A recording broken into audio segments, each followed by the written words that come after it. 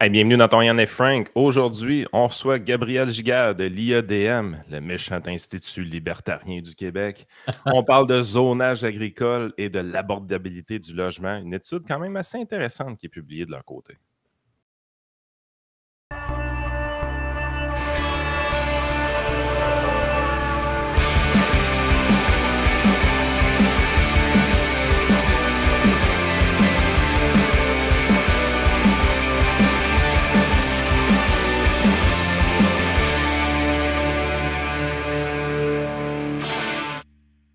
Salut Gabriel, merci d'être avec nous autres aujourd'hui. Merci pour l'invitation, les gars. Ça fait plaisir. Écoute, une des critiques qu'on reçoit souvent, en tout cas, je vais parler pour nous autres dans le podcast, c'est les gars, vous faites juste chialer, vous n'avez jamais de solution. Là, je rappelle que on a plusieurs podcasts où on a proposé une série d'affaires. On a commenté le budget. Il y a eu plein de propositions au fil du temps. Fait qu'aujourd'hui, on va essayer d'être constructif. On a beaucoup parlé de la crise du logement. La dernière fois, quand tu es venu, on parlait de ça également. Et là, dans le fond, l'IADM, vous êtes arrivé avec une proposition. Vous dites, si on faisait une réforme du zonage agricole au Québec, on pourrait améliorer l'abordabilité du logement, notamment dans le coin de, vous prenez l'exemple de Laval, où un dézonage des terres agricoles qui sont là permettrait la construction de 70 000 logements, 70 000 unités. C'est quand même énorme, là, compte tenu des besoins actuels. On se rappelle qu'on a fait toute une guerre à Airbnb au Québec. Et Airbnb, dans tout le Québec, les unités qui peuvent être louées sur le long terme, je pense que c'est quelque chose comme 23 000 unités. Là. C'est dans tout le Québec. Là. Et ça comprend des places qui sont ultra touristiques où les gens ne vivent pas là nécessairement, des endroits de chalets où, même si c'était libéré et interdit de louer, les familles n'iraient pas louer un chalet au pied d'une montagne. Il n'y a pas d'alternative entre ça, vivre dans la rue. Il n'y a pas de... C'est pas des logements qui pourraient être loués nécessairement. C'est quand même énorme. Là. 70 000 à Laval. Peut-être nous parler un petit peu plus en détail là, de ce que vous avancez dans ce papier-là. Ben, je pense d'abord que c'est important ce que tu dis. On a beaucoup une approche où on dit il faut construire plus, on connaît l'offre et la demande. Maintenant, comment on construit plus? Je pense qu'on était rendu là. Puis le papier, c'est ce qu'il dit, c'est faisons ce qu'on a fait depuis un bon moment, développons nos terres agricoles, faisons pousser des maisons, si je puis dire. Là. Et quand on prend le cas de Laval, je le trouvais particulièrement intéressant pour plusieurs raisons. Je pense que la première raison, c'est que d'abord, presque le tiers de la superficie de Laval est zonée agricole. Et c'est très près de Montréal. On le sait qu'il y a une demande importante pour habiter près de Montréal, qui est un centre productif. Et donc, lorsque l'on prend la densité actuelle là, qui est apparue dans le recensement 2021 et qu'on l'applique au zonage agricole, ce qu'on constate d'abord, c'est qu'on peut construire au minimum. Il faut bien comprendre que c'est un minimum, 70 000 maisons, parce qu'aujourd'hui, la densification, on en parle beaucoup. On n'est pas obligé juste d'aller en densification. Là. Moi, je pense qu'il y a bien des familles, puis on le voit tout à fait dans les médias tout récemment. Ce qu'on veut, c'est des bungalows. Fait qu'il va falloir en construire des bungalows à Laval et ailleurs. Mais ce qu'on constate aussi, c'est qu'une augmentation de 70 000 logements, en prenant la taille moyenne des ménages, on parle de 180 000 Lavallois supplémentaires. Concrètement, c'est une augmentation de 40 %. C'est l'équivalent de prendre Lévis là, puis de le sacrer dans Laval. Tu sais, ça fait une sacrée différence là, de se dire, OK, là, on a beaucoup de nouveaux logements, ça devient plus abordable. Il faut bien comprendre que le cas de Laval n'est qu'un exemple. Et le fait d'utiliser Laval ne vient pas barrer les potentiels autour. C'est-à-dire que Montréal métropolitain, 58 % est zoné agricole. Puis quand on pense à la ville de Québec, le Québec métropolitain, c'est juste un peu en dessous de 30 %. Donc, on a énormément de potentiel pour construire plus. Puis au final, moi, je me dis toujours, pourquoi dire ça? C'est quand je vois les gens de ma génération qui ont en bas de 35 ans, qui ne peuvent même pas s'acheter une maison, ça prend des solutions pour en construire plus. Parce que quand on regarde l'image de Laval là, par Google Maps, on ne peut pas dire que c'est surdéveloppé là-dessus. Là. Ben, c'est frappant parce que moi, je veux pas, nous autres, on est dans la région de Québec, Lévis, tout ça. On connaît les grands endroits à Montréal. On connaît Laval, chez où le Cosmodome. Puis j'ai été une couple de fois au centre des congrès. Mais je veux dire, on n'explore pas Laval en détail. Puis j'ai quand même la possibilité d'aller voir des clients un peu à Laval. Fait que j'ai rentré un peu dans un quartier résidentiel. Mais les deux bras m'ont tombé à terre quand tu me dis 30 % zoné agricole. Je fais, ben là, attends un peu. S'il y a une place qu'on ne devrait pas avoir de zonage agricole dans ma tête, c'est sur l'île complète de Laval et de Montréal. Ces deux îles-là ne devraient pas avoir de zonage agricole. Je veux dire, c'est la densification urbaine du Québec. Le centre de productivité intensive du Québec, c'est cette île-là. Qu'est-ce qu'on fait là avec du zonage agricole? Je ne le comprends pas. Je veux dire, on ne doit pas dépendre des céréales ou des grains produits à Laval, là. Ben, c'est ça, parce que juste faire du pont sur ce que tu es en train de dire, Yann, là, la première objection qui arrive, c'est ouais, mais là, c'est les. Puis j'ai vu le post du président, je pense, porte-parole de l'UPA, qui disait ouais, mais là, c'est des terres pour nous nourrir. On va sacrifier pas notre souveraineté alimentaire, mais quelque chose. Mais moi, ça se peut-tu que ces terres-là ne soient pas vraiment utilisées pour. Ou très peu utilisées? Moi, j'ai pas l'impression que si je m'en vais là, il y a des gens qui font beaucoup pousser des patates, puis des tomates, puis des légumes, là. Ben, c'est ça. Dans le fond, quand on regarde Laval, tu as 30 des terres à Laval qui sont zonées agricoles. Et de ce 30 tu as la moitié qui est en culture permanente. Tu as un autre 50 de ça qui pourrait être développé. Concrètement, ce que ça veut dire, c'est que tu as au moins 35 000 logements qui peuvent être construits à Laval.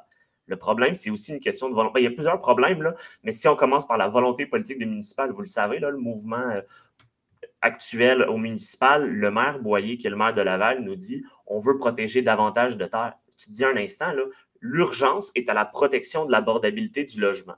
Ouais. Tu es maire de Laval, qui est collé sur Montréal. La demande, elle est très, très forte. Les prix sont élevés. Tu ne construis pas assez de maisons, ça c'est sûr. Tu ne construis pas assez de logements. Tu as l'occasion de construire plus de logements. Et ce que tu fais, c'est en train de nous dire je vais m'assurer qu'il n'y aura pas plus de logements sur mes terres agricoles. Le Québec, quand on entend justement la rhétorique de dire ben non, mais le Québec, c'est juste 2 3 du territoire qui est agricole. Il faut juste ouvrir une carte du Québec puis comprendre là, qu'on vit dans on vit dans la vallée du Saint-Laurent concrètement au Québec. C'est pas vrai qu'à partir d'un certain moment, quand on va au nord, tu n'as pratiquement plus personne. C'est résiduel, les habitants du nord du Québec. Donc là, il faut arrêter de prendre le 2 puis il faut regarder, est-ce qu'on est en manque de terres agricoles au Québec? Il faut juste regarder nos importations puis nos exportations. On est des exportateurs nets au Québec. Donc, de parler de souveraineté alimentaire, d'abord, c'est faire fi aussi du fait qu'on fait du commerce international et qu'on s'approvisionne ailleurs l'hiver. Mais plus encore, c'est complètement farfelu. Il faut bien comprendre comment cette politique-là, quel serait l'impact de mettre de l'avant cette politique-là? Mm-hmm. Ben, ça serait autour des grandes villes. Encore une fois, ça serait autour de Gatineau, Montréal, Québec. Il y aura un développement parce qu'il y a une demande dans ce coin-là. Donc, des terres agricoles, comme Yann le disait, là, ça ne fait pas de sens d'avoir un tiers du territoire de Laval qui est agricole où tu ne peux pas construire. Là. Il faut se rappeler aussi pourquoi il y avait autant de terres agricoles proches des grands centres. Puis ça, pas juste au Québec, au Canada, dans le nord des États-Unis, et ainsi de suite. C'est qu'il y a été une époque où est-ce qu'on se déplaçait dans les cités, dans les centres urbains à cheval. On avait besoin de terre pour le fourrage avec les chevaux. C'est principalement ça, l'utilité des terres agricoles proches des grands centres. Évidemment, ça a évolué avec le temps parce qu'on a arrêté de se déplacer à chevaux. Moi, ça m'a fasciné quand on parlait à Pierre Desrochers dans un des podcasts qu'on a fait au Trio économique, jusqu'à quel point je pense qu'il disait, c'était-tu jusqu'à 25 du territoire qui était occupé aux alentours de Boston, par exemple, juste pour le fourrage des animaux de trait qui déplaçaient les gens. Je veux dire, l'avènement de l'automobile, l'avènement de l'énergie fossile qui nous a permis d'aller chercher l'énergie pour se transporter dans le sol au lieu de sur le sol aurait dû nous permettre d'avoir la liberté de développer beaucoup plus l'immobilier dans des centres urbains, d'améliorer. Parce que les centres urbains, là, on est des gars de Québec, on aime bien ça bitcher sur Montréal, mais la vraie game, faut être quand même honnête, un centre urbain, c'est un centre de productivité intensive. La ville de Montréal va toujours être plus productive que la ville de Laval et qui va elle-même être plus productive que la ville de Québec. De par la densité puis la capacité d'avoir du capital humain très éduqué, disponible facilement.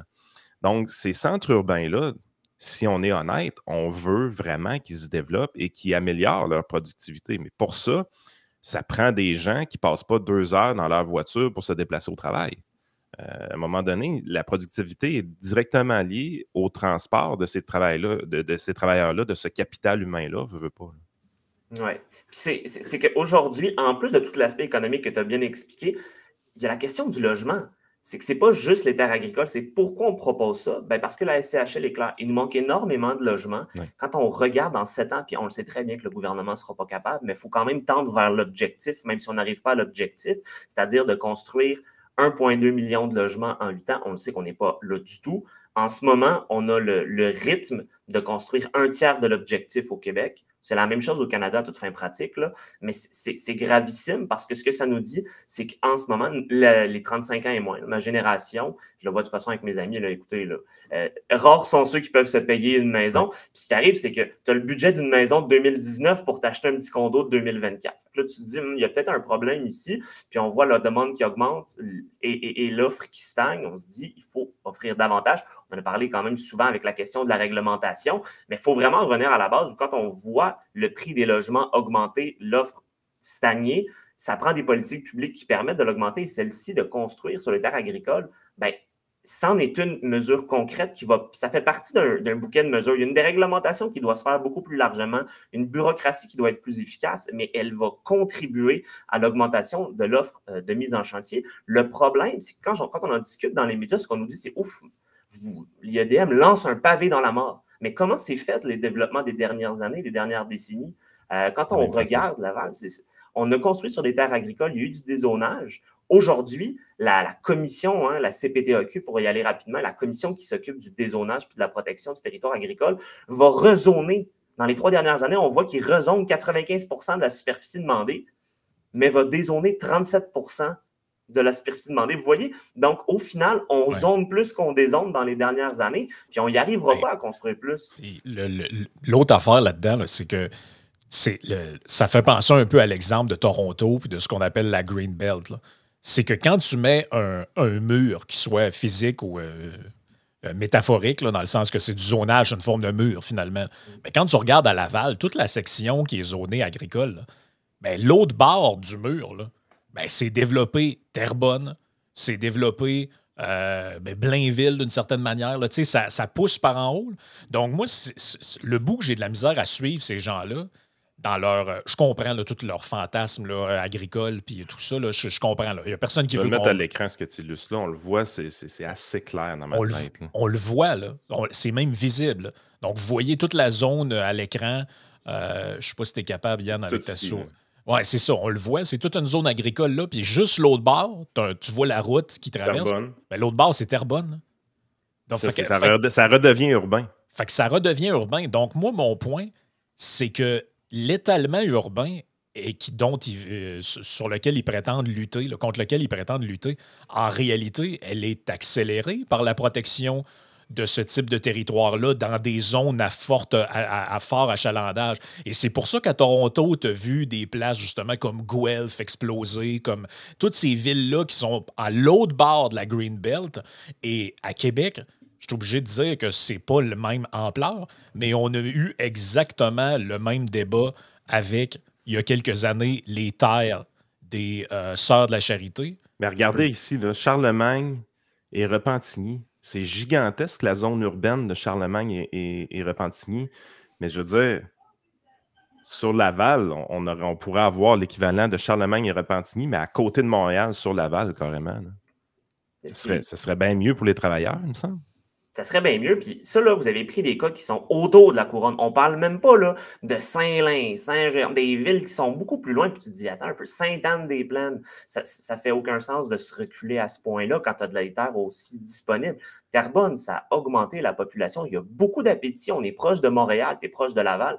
Pourquoi tu ne peux pas juste construire à Laval? Tu sais, j'habite à Repentigny, là. Oui. Je le vois, c'est une grande ville, quand même, relativement, là. Mes collègues me taquineront si je dis ça, mais pour dire que c'est quand même presque 100 000 individus qui habitent à Repentigny. Puis on est quand même loin, là. Tu sais, si tu pouvais être à Laval, puis tu avais des logements qui seraient probablement plus abordables si on prend la demande constante. Là, évidemment, la demande bougerait, mais si tu prends la demande d'aujourd'hui puis tu augmentes ton offre de logement, ça devrait être plus abordable quand même. À tout le moins, ça devrait être plus accessible parce qu'aujourd'hui, tu as une rareté du logement disponible à Laval, comme dans plusieurs régions. Et là, on peut construire, mais là, on va beaucoup plus loin. Puis là, ben, encore une fois, si tu peux avoir... Tu n'auras pas le choix d'avoir 2 voitures. T'sais. C'est ça aussi, le fameux...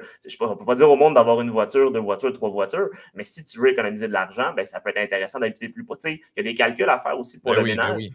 Mais là, malheureusement, ce n'est pas possible parce que c'est quand même drôle, ça, comme argument, parce que ça m'a vraiment frappé il y a quelques jours quand j'y ai réfléchi, puis de me dire, mais tu contribues à l'étalement urbain que tu essaies de combattre quand on pourrait juste être plus dense. Bref, ça, je pense que le maire Boyer devrait répondre à ça parce que ça le touche directement avec la c'est ville de ça. Laval. Puis, tu sais, Ah, quand tu regardes. comme tu disais tantôt, juste couper tranquillement, mais l'ouest de la ville de Montréal, là, dépasser Kirkland, c'est la même chose. Là. Il y a vraiment un territoire. Sérieusement, tu t'attends pas à ça.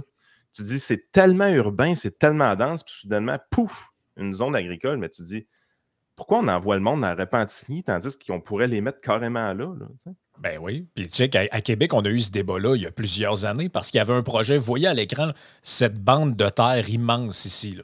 Donc ça, on a la ville de Québec qui est là. Il y a une immense bande de terre ici qui se trouve être entre Charlebourg et Beauport, là, si on veut. Là. Ben, ici, c'est les terres des Sœurs de la Charité. Ce sont des terres agricoles. Les Sœurs de la Charité voulaient vendre ces terres-là.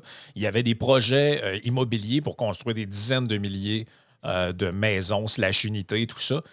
Et il y a eu des partis politiques dont j'ai pas besoin de faire dont j'ai pas besoin de nommer le nom, qui ont fait une campagne active disant qu'on allait briser nos terres, c'était pour nous nourrir. Oui, mais c'est parce qu'il n'y a pas des gens de ferme qui sont expropriés, qu'on ruine leur commerce, tout ça pour faire ça. Ce sont des terres, c'est des terres inutiles finalement, inutilisées plutôt, je devrais-je dire. Frank, ton point, je pense qu'il est fort important. Ce que je suis en train de dire ici, c'est qu'il faut considérer ça.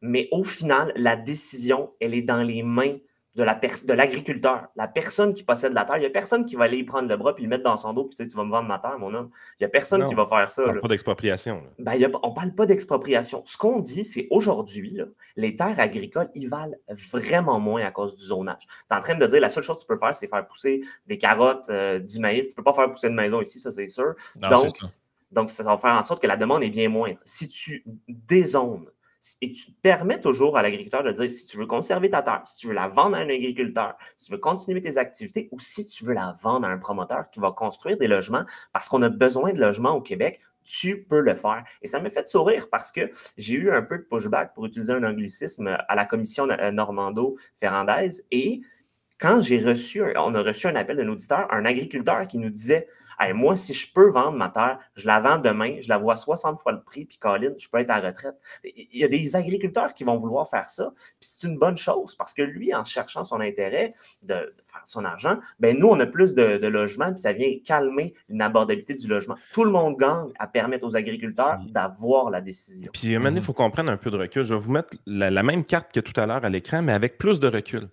Fait que vous allez vous rendre compte que, grosso modo, en termes de terres agricoles, Laval, c'est insignifiant dans les basses terres du Saint-Laurent. Regardez la carte comme il faut. C'est très vert. On voit la zone densifiée de Montréal, puis de Boucherville, Longueuil, puis la partie de Laval développée. Mais on essaie de voir les terres agricoles de Laval avec ce zoom-là, puis on le voit presque pas.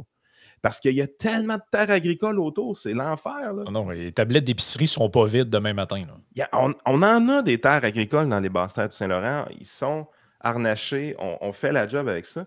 Si on sacrifie, entre guillemets, les terres de Laval puis de l'ouest de la ville de Montréal, je ne pense pas qu'on sacrifie grand-chose en réalité, mais au point de vue de l'immeuble, on peut faire des petits miracles. Là. Ça, c'est sûr. On peut vraiment aider la jeune génération en allant de l'avant. Mais justement, la jeune génération, les gens qui sont des activistes politiques, écologiques, un peu plus à gauche, vont être contre ce type de projet-là, alors qu'ils n'en seraient les premiers bénéficiaires. Je me trompe? Tu ne te trompes pas du tout et c'est une incompréhension, sinon une incohérence de leur part de dire on va tout protéger, je veux un logement abordable. Un logement abordable pour tous. Vous le savez, je pense que vous avez vu le plan de la mairesse Plante où on nous dit on va construire des milliers, des dizaines de milliers. En quelques décennies, on va construire 160 000 logements abordables. Tu te dis attends un peu, là, avec l'argent des contribuables, laisse les gens construire. Puis avec le niveau de l'offre assez élevé, les logements seront davantage abordables. Donc on a une classe politique, on a des jeunes activistes, je dois le dire quand même, c'est vrai, des gens de ma génération, un petit peu plus jeunes, qui vont nous dire non, on va protéger les terres, c'est ce qu'il faut, l'agriculture locale. Puis, je ne suis pas contre l'agriculture locale. Les gens décideront ce qu'ils veulent. Là, ça, c'est assez clair. Mais c'est de dire, s'il vous plaît, Claire, vous êtes en train de nous dire que vous n'avez pas d'argent pour acheter un logement. On est en train de proposer des mesures concrètes, pas juste de dire qu'il faut construire plus. Concrètement, comment construire plus qui vous permettrait un jour d'avoir un logement abordable. Puis ce qu'on nous dit au niveau de la jeune génération, c'est non, mais pensez à la rainette Faugrillon, pensez à la grenouille de Lévis si vous avez des grenouilles à Lévis. À un moment donné, bon, il faut quand même avoir une certaine protection. Là. Je ne suis pas en train de dire de faire ça comme dans les années 60, là, mais il faut embrasser les politiques publiques qui permettent un retour à l'abordabilité. Malheureusement, ce n'est pas ce qu'on voit, puis c'est très particulier parce que, comme tu dis, Yann, c'est eux qui en bénéficieraient. Pourtant, ils vont dans un autre sens. Puis j'espère qu'il va y avoir une certaine réflexion sur ça. Parce que sinon, c'est pas tout le monde qui veut élever son enfant au 18e du centre-ville, au centre-ville Ville-Marie. Là. Vous avez une petite famille, vous ne voulez pas habiter dans un 4,5 là, au 18e. Vous voulez souvent habiter dans un bungalow en région. Permettez-le aux petites familles québécoises. C'est ça. Puis, tu sais, il n'y a pas 52 millions de manières d'habiter le territoire. Là. Pendant des. Là, on nous a dit dans les dernières années là, que l'avenir de l'humanité, c'était la densification. Il fallait concentrer les humains à l'intérieur de zones de haute densité. OK, mais on fait ça comment si tous les red tape, tous les gatekeepers qui sont là restent en place et ne s'enlèvent pas du chemin? Il y a ce vieux cinéma patrimonial-là, ouais, on pourrait le jeter à terre pour construire un bloc de 25 logements. Non, ça, c'est protection du patrimoine d'un tel. OK, on pourrait faire ce tour à logement-là. Ouais, mais pas plus que tant d'étages, parce que ça fait de l'ombre, ça fait un îlot de chaleur, puis pas de béton, puis... C'est qu'il y a un déséquilibre entre l'offre et la demande.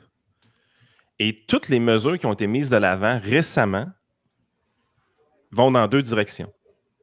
Augmenter la demande.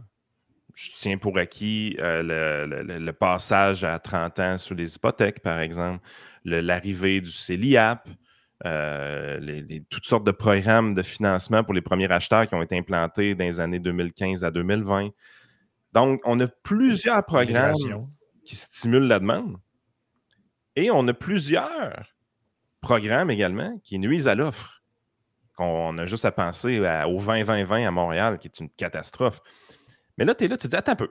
On a un problème d'abordabilité. Les politiciens eux-mêmes parlent du problème d'abordabilité. Les politiciens veulent le vote des jeunes avec ce problème d'abordabilité-là. Et la plupart des mesures qui sont mises en place, pas qui sont discutées, mais qui sont mises en place, augmentent l'offre, augmentent la demande plutôt et diminuent l'offre. Ça a un impact direct sur le prix des logements et l'impact direct est de les faire augmenter. Dans quel monde de débile est-ce qu'on vit? Là? Je n'arrive pas à comprendre. Là. Je pense que c'est un monde où surtout le discours politique va dans le sens de l'abordabilité, mais les mesures politiques vont dans un autre sens. C'est assez particulier, là, vous l'avez bien dit. Les permis qui augmentent, là, pensons juste à Ville-Marie au centre-ville, c'est l'arrondissement de la mairesse qui fait plus que doubler pour rendre un permis. Tu te dis, est-ce qu'on peut être sérieux? Là? On le sait qu'on est dans une réelle dynamique de manque de logement, puis on rajoute du red tape aux promoteurs, le 20-20-20, on n'en parle même pas avec la réglementation qui augmente. Je pense que le logement, là, puis on le voit de toute façon dans les sondages, pas nécessairement récents, mais dans les derniers mois, qu'à Montréal, puis je suis pas mal persuadé que ça va être comme ça dans plusieurs autres villes au Québec, à tout le moins dans les grandes métropoles du Canada, le logement va être un enjeu pour cette année. Bon, en fait, pour l'année prochaine, parce que l'année prochaine, on ne l'oublie pas, c'est les élections municipales. Pour moi, je pense que, surtout à Montréal, peut-être à Québec également, à voir, mais ça va être un des enjeux clés de dire c'est quoi, là, aujourd'hui, les réelles propositions en matière de logement. Parce que clairement, ça ne sera pas d'aller chercher des milliards et des milliards et des milliards pour du logement social, pour une micro-frange de la population, puis de faire comme si c'était le silver bullet. C'est absolument faux. Puis ça ne sera pas avec du 20-20-20 qui démontre concrètement que ça contribue à l'inabordabilité du logement. Je pense que là, l'objectif, c'est d'avoir quelqu'un qui a vraiment une vision du logement et qui va dire, voici les politiques à mettre de l'avant, coupons la bureaucratie, retirons les mauvaises politiques publiques et mettons de l'avant des bonnes politiques publiques. Ça me semble tout à fait évident. Peut-être que Montréal est moins touché par la question du zonage agricole, encore que Yann l'a bien dit, dans l'ouest de l'île, il y a encore des terres où on peut construire. Laval, ça va vraiment prendre une autre cohorte d'élus qui va venir pour les jeunes, ou plutôt pour la population, parce que je trouve que les jeunes sont particulièrement touchés par l'inabordabilité du logement. Je pense que c'est assez clair. En fait, c'est des premiers acheteurs, donc ils n'ont pas toute la prise de l'appréciation de la première propriété. Là. Parce que sinon, l'autre alternative, c'est de dire, on va développer les villes et les plus petits les arrondissements qui sont autour de Montréal. Ça veut dire au nord de Blainville, de Saint-Jérôme, à l'ouest de Repentigny, dans le coin de Sainte-Anne-des-Plaines, de Saint-Benoît, de Mercier. Dans tous ces coins-là, qui sont des petits coins Sainte-Julie, ça va se développer puis on va construire là. Mais quand tu leur dis ça, ils disent non, on ne peut pas faire ça. Ben là, c'est parce que même les logements abordables que la mairesse entend construire et que la ville entend construire, le HLM, tout ça, ils vont les construire où? Moi, c'est la grande question. Je ne comprends pas où va. Tu sais, c'est parce qu'ils ont des beaux slogans, des belles phrases. Ils nous disent on va construire plus, il faut construire plus. Parfait. Dans l'intention, je comprends. Mais concrètement, vous arrivez avec une idée concrète. Il y a des terres de libre. Si on permettait aux agriculteurs de les vendre, ça sera acheté, on construit. Voici où ils seront. Moi, j'essaie de voir où ce qu'on va construire autrement que ça. C'est soit à l'extérieur de la grande, de la grande île, là, mettons Laval, Montréal compris, ou soit c'est à l'intérieur, ou soit c'est les deux. Mais il va falloir que ces logements-là se fassent quelque part, nonobstant de quel type de logement que c'est. Il faut qu'ils soient quelque part. Ils ne seront pas dans l'eau, ils ne seront pas sous terre, ils vont être quelque part, ces logements-là. Là. Puis j'encourage les gens qui sont contre cette proposition-là à prenez votre véhicule, débarquez de l'autoroute 20 puis de l'autoroute 40, passez dans les petits chemins. Allez circuler un peu dans les rangs au Québec, dans les basses-terres du Saint-Laurent, là. Vous allez voir que l'agriculture n'est pas en difficulté. Là. Vous allez vous rendre compte de la dynamique agricole qui se passe. Les fermes sont grosses, les fermes sont en santé, il y a des terres à n'en plus finir. Les rangs, il y a même de la belle asphalte dans les rangs parce qu'on veut le vote des agriculteurs à bien des places. Allez, sortez des autoroutes un peu puis allez explorer votre Québec. Vous allez vous rendre compte qu'on n'est pas dans le trouble de ce côté-là. C'est un faux problème que vous vous êtes créé. Là. Ça n'existe pas, ce problème-là. Mais Gabriel, j'ai une question piège pour toi. Vous êtes un institut économique libertarien, probablement financé par des gens qui sont en arrière de vous pour avoir ces terres agricoles-là puis faire des gros profits. Vous ne trouvez pas que donner trop de choix à la population, c'est quelque chose qui n'est pas une bonne idée? T'sais, ça pourrait encourager des gens quand même à consommer trop de hamburgers ou fumer trop de cigarettes, mais surtout vouloir trop de bungalows. Est-ce que la solution, c'est de convaincre les gens qui sont complètement idiots de vouloir des bungalows? Ils devraient vouloir un 4,5. Comment on fait pour convaincre le citoyen d'acheter des condos à la place des bungalows? Le citoyen a tort. Comment on fait pour expliquer au citoyen qu'il a tort? Ben, c'est ça le problème, c'est que c'est la prémisse, le citoyen a tort. Puis je sais que c'est une blague, là, mais le citoyen n'a pas tort. Le citoyen choisit pour lui. Moi, il y a quelque chose que je ne comprends pas au niveau des politiciens, là, c'est le manque d'humilité. De comprendre que tu n'es pas meilleur que Ginette de Joliette ou de quelqu'un d'autre. Là. La population est intelligente et je pense qu'elle est la mieux placée pour prendre ses décisions. D'ailleurs, c'est pour ça qu'on dit qu'il faut avoir moins de taxes pour que les gens puissent utiliser leur argent comme bon leur semble. Et c'est la même chose pour le logement. Quand on dit, par exemple, il faut construire plus en densité, dans les grandes villes, je le comprends tout à fait. Est-ce qu'on va construire 7 étages si on peut en construire 18? Je trouve ça... Si on peut en construire 18, puis souvent, c'est parce qu'on va en construire 7 à cause de la lourdeur réglementaire de la ville. Fait que, c'est ça, pas de problème. Mais on le voit, qu'est-ce que les familles québécoises veulent? Simple comme ça, c'est des bungalows, des maisons unifamiliales, sinon des maisons jumelées des fois, mais souvent, c'est des bungalows détachés. Fait que, du jour au lendemain, on va arrêter d'en faire? Ben non. Laissons-leur la possibilité de vivre dans ce qu'ils veulent, puis je ne pense pas. Je suis vraiment pas un fan de dire, ben écoutez, c'est fini là. Moi, j'ai eu un bungalow, mon père, mon grand-père, mon arrière-grand-père, ma soeur, mon frère, mais les prochaines générations n'auront pas. Eux autres vont vivre soit dans la HLM, soit dans un petit condo au centre-ville de Montréal. Puis ça, c'est pour ceux qui peuvent se le permettre, parce que sinon, ça va peut-être être un petit condo à Blainville, par exemple. J'y adhère pas. Je pense qu'il faut faire confiance à la population, être intelligente. Puis encore une fois, c'est elle qui sait ce qui est bon pour elle. Écoute, un bon mot de la fin, ça? Oui, c'est un beau mot de la fin, j'ai envie de te dire. Écoute, merci d'avoir été avec nous autres. On renvoie les gens sur le site de l'IEDM. Vous pouvez avoir tous les détails là, de ce qui est proposé là-dedans. Là. Donc, ça s'appelle « Une réforme du zonage agricole, améliorer l'abordabilité du logement au Québec ». Donc, vous pouvez lire la publication, même la télécharger en PDF. Vous avez toutes les infos là-dedans. Donc, on ne pourra pas dire qu'il n'y a pas de solution qui sont pas proposées. Ceux qui ne sont pas d'accord, arrivez avec des propositions alternatives. On en jasera, c'est de même qu'on va avancer. Sinon, si on fait juste être contre tout, il n'y aura rien qui va changer, puis on va se plaindre encore l'année prochaine, puis dans 5 ans, puis dans 10 ans, puis dans 20 ans, que les loyers sont trop chers, que le 1er juillet, c'est un problème, puis que les jeunes ne sont pas capables d'avoir de maison. Fait que sur ça, nous autres, on va se quitter. Merci, Gabriel, d'avoir été là. Puis on invite les gens à nous joindre sur le Patreon pour le reste de l'émission. Merci pour l'invitation. Ça fait plaisir.